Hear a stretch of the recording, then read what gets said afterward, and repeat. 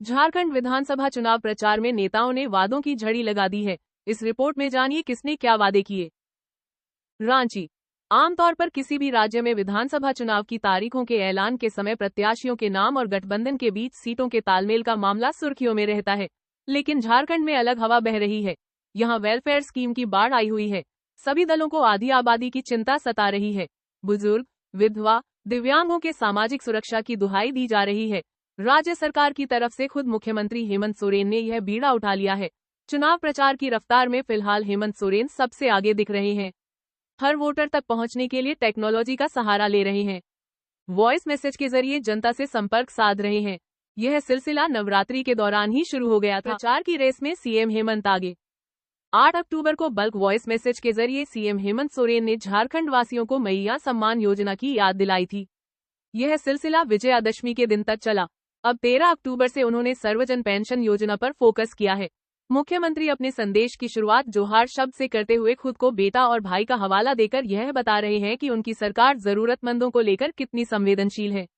कैसे सर्वजन पेंशन योजना का लाभ पहुंचाया जा रहा है।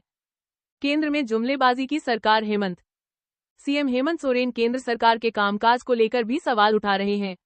उन्होंने ग्लोबल हंगर इंडेक्स 2024 की रिपोर्ट का हवाला देकर कहा है कि 125 देशों की सूची में भारत 105वें स्थान पर है।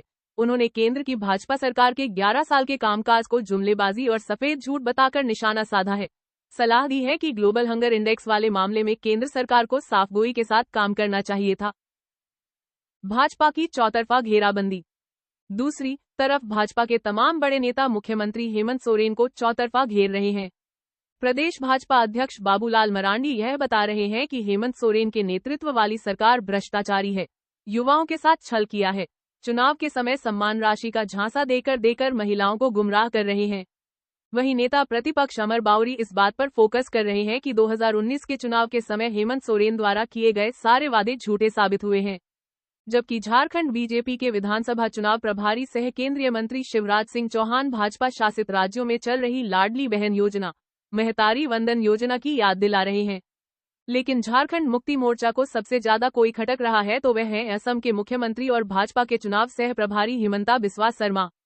क्योंकि सीएम हिमंता बांग्लादेशी घुसपैठ का हवाला देकर आदिवासियों की घट रही जनसंख्या के मसले को जोर शोर से उठा रहे हैं। सबसे खास बात है कि झारखंड मुक्ति मोर्चा के कभी सबसे विश्वस्त सिपाही रहे चौपाई सोरेन परंपरागत तरीके से आदिवासी समाज को भाजपा की तरफ गोलबंद कर रहे हैं। झारखंड में ऑफर की बारिश। इस बार झारखंड की जनता के लिए बल्ले बल्ले वाली स्थिति है। ऑफर की बारिश हो रही है। मैया सम्मान योजना के नाम पर हेमंत सरकार 18 से 50 साल तक की महिलाओं को डीबीटी के जरिए 1,000 रु दे रही है। 50 साल से ज्यादा उम्र वालों को बुजुर्ग की कैटेगरी में रखकर सर्जन पेंशन योजना के तहत 1,000 रु दिए जा रहे हैं। अब जेएमएम सम्मान योजना के तहत जरूरतमंदों को हर माह 2,500 रुपए देने के लिए चुनाव आयोग से परमिशन मांगा गया है। दूसरी तरफ भाजपा ने भी वादों का पिटारा खोल रखा है। भाजपा ने आधी आबादी को साधने के लिए 2 बड़े वादे किए हैं। सरकार बनने पर महिलाओं को हर माह की 11 तारीख को 2,100 रु और 500 रु में गैस सिलेंडर के साथ 7 साल में पर्व के नाम पर 2 सिलेंडर मुफ्त देने का वादा किया है। भाजपा ने युवाओं को फोकस करते हुए सरकारी पदों को भरने के अलावा स्नातक और स्नातकोत्तर को परीक्षा की तैयारी के लिए साथी भत्ता देने का वादा किया है। इधर आम लोगों के बीच राजनीतिक दलों की ओर से मिल रहे ऑफर की खूब चर्चा है। वादों और लाभ को विश्वास की कसौटी पर परखा जा रहा है।